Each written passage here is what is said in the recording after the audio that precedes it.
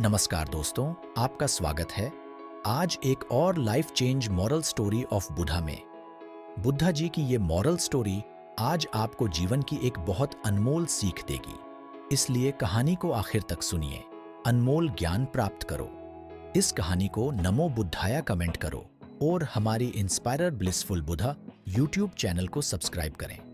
दोस्तों, अगर आप अपने आलस्य से परेशान हैं, आपका किसी भी काम में मन नहीं लगता है, आप अपने काम को कल पर टालते रहते हैं, तो अब आपको अपने आलस्य को लेकर परेशान होने की जरूरत नहीं है। दोस्तों, आज हम आपके लिए जो कहानी लेकर आए हैं, इस कहानी के माध्यम से आप अपने आलस्य से बहुत जल्द छुटकारा पा सकते हैं। इसलिए इस कहानी को आराम से और शांति से पढ़ें। यह कहानी आपके लिए बहुत फायदेमंद होगी। तो चलिए शुरू करते हैं इस कहानी को। एक बार एक आलसी व्यक्ति ने गौतम बुद्ध से कहा, मुनिवर, मैं बहुत आलसी हूं, जिसके कारण मैं अपने जीवन में जो करना चाहता हूं वह नहीं कर पाता, इसलिए मुझे कोई रास्ता बताएं। बुद्ध ने उस आदमी से पूछा, क्या तुम मानते हो कि तुम आलसी हो? तो उस व्यक्ति ने बुद्ध से कहा, हाँ मुनिवर, सिर्फ मैं ही नहीं बल्कि मेरे पूरे गांव के लोग कहते हैं कि मैं आलसी हूं। बुद्ध उस व्यक्ति से कहते हैं, लेकिन क्या आपके पास कोई सबूत है कि आप आलसी हैं? उस व्यक्ति ने उत्तर दिया, हाँ। तब गौतम बुद्ध उस व्यक्ति से पूछते हैं, क्या आपके पास इसका कोई सबूत है? वह व्यक्ति कहता है, मुनिवर, मैं जानता हूं कि व्यायाम मेरे स्वास्थ्य के लिए अच्छा है, लेकिन मैं व्यायाम भी नहीं कर पाता क्योंकि मेरा आलस्य मुझे सुबह जल्दी उठने नहीं देता। बुद्ध ने कहा, लेकिन क्या तुम्हें पता है आलस्य क्या है? उस व्यक्ति ने कहा, मुझे नहीं पता कि आलस्य क्या है, लेकिन जो भी है वह बहुत बुरा है। बुद्ध ने कहा, सबसे पहले तुम्हें यह समझ लेना चाहिए कि जो भी चीज प्राकृतिक रूप से उसका कुछ न कुछ उपयोग होता है वह बुरा नहीं होता है, या अच्छा आलस्य एक भावना है। यह एक विचार है जो हम अनजाने में खुद से पैदा करते हैं। आदमी ने पूछा, लेकिन यह कैसे है मुनिवर?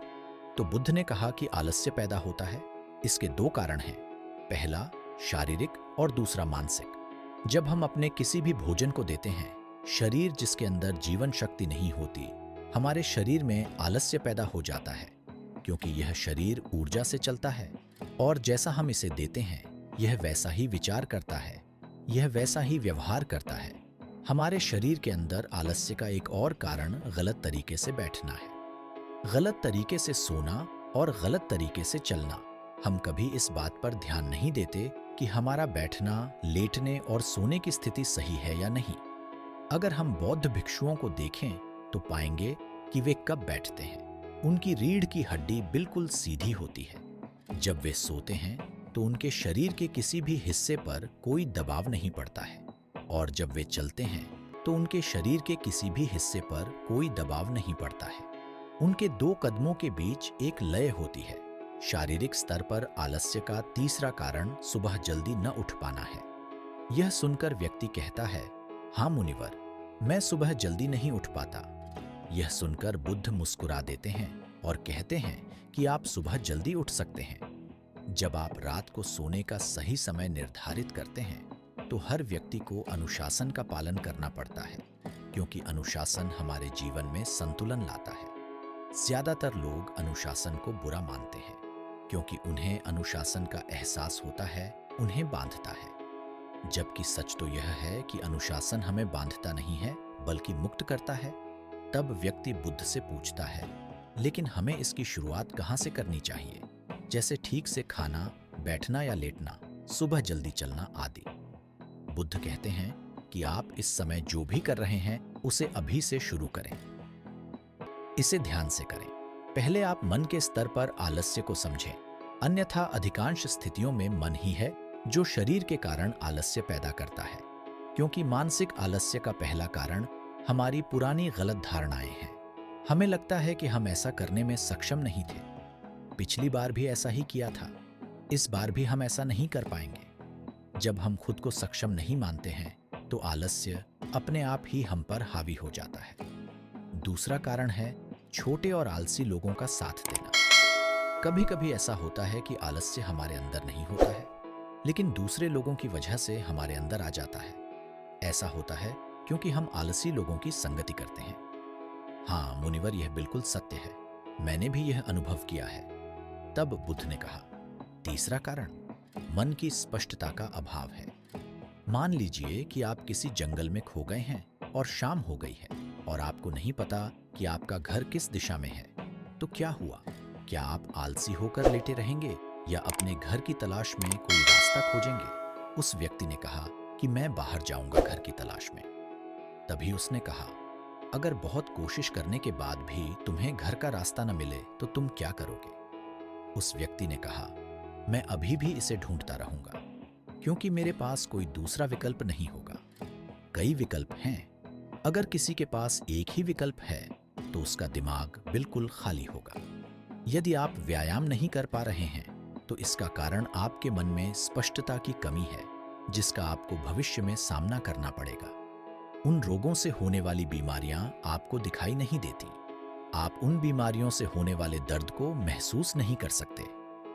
आगे गौतम बुद्ध ने कहा कि आलस्य का चौथा कारण यह है कि कोई भी काम करने में मन नहीं लगता।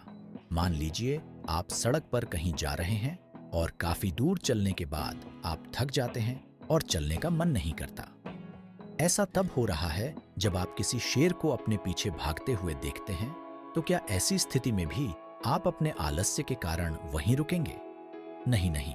तो समझ लीजिए कि आलस्य आपको वह काम करने से रोकता है जिसे करने का कोई बड़ा कारण नहीं है। तब उस व्यक्ति ने बुद्ध से कहा, धन्यवाद मुनिवर, अब मुझे आलस्य का पूरा खेल समझ में आ गया है। भगवान गौतम बुद्ध उस आलसी व्यक्ति से कहते हैं, मेरी एक बात हमेशा याद रखना, जहां स्पष्ट हो या कोई काम करने का कोई बड़ा कारण हो, वहां कभी आलस्य नहीं हो सकता। दोस्तों, आलस्य मनुष्य का सबसे बड़ा शत्रु है, क्योंकि आलस्य जीवन में कभी भी प्रगति नहीं कर सकता। चलो, आलस्य मनुष्य को इतना निकम्मा बना देता है कि उसे परिश्रम से घृणा हो जाती है और वह सदैव आराम की अवस्था में ही रहना चाहता है। इसके लिए मेहनत के चश्मे की जरूरत होती है, जो आलसी व्यक्ति के पास नहीं होता।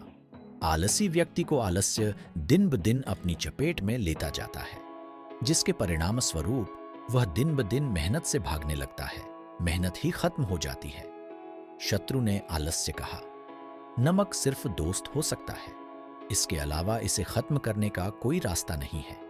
मेहनत से दोस्ती करने के बाद यह दुश्मन अपने आप खत्म हो जाता है। मेहनत ही सफलता की कुंजी है।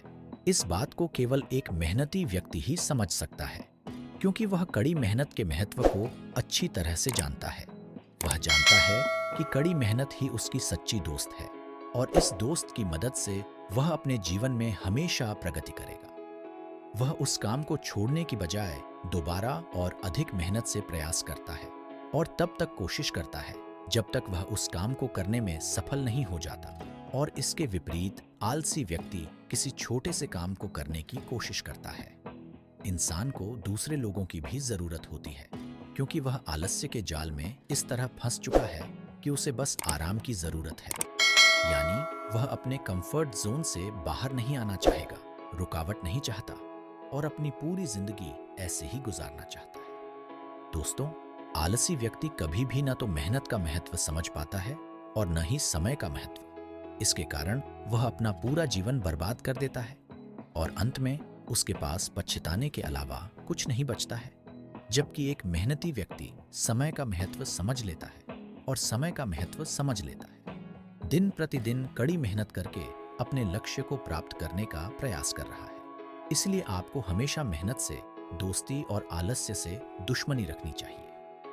दोस्तों, मुझे उम्मीद है कि आपको इस कहानी से बहुत कुछ सीखने को मिला होगा। आप गौतम बुद्ध द्वारा बताए गए उपाय से भी अपना आलस्य दूर कर सकते हैं। दोस्तों, आपको यह कहानी कैसा लगा? कृपया हमें कमेंट बॉक्स में कमेंट करके जरूर बताएं और अपने दोस्तों के साथ ज्यादा से ज्यादा शेयर करें, सब्सक्राइब करें। दोस्तों, धन्यवाद।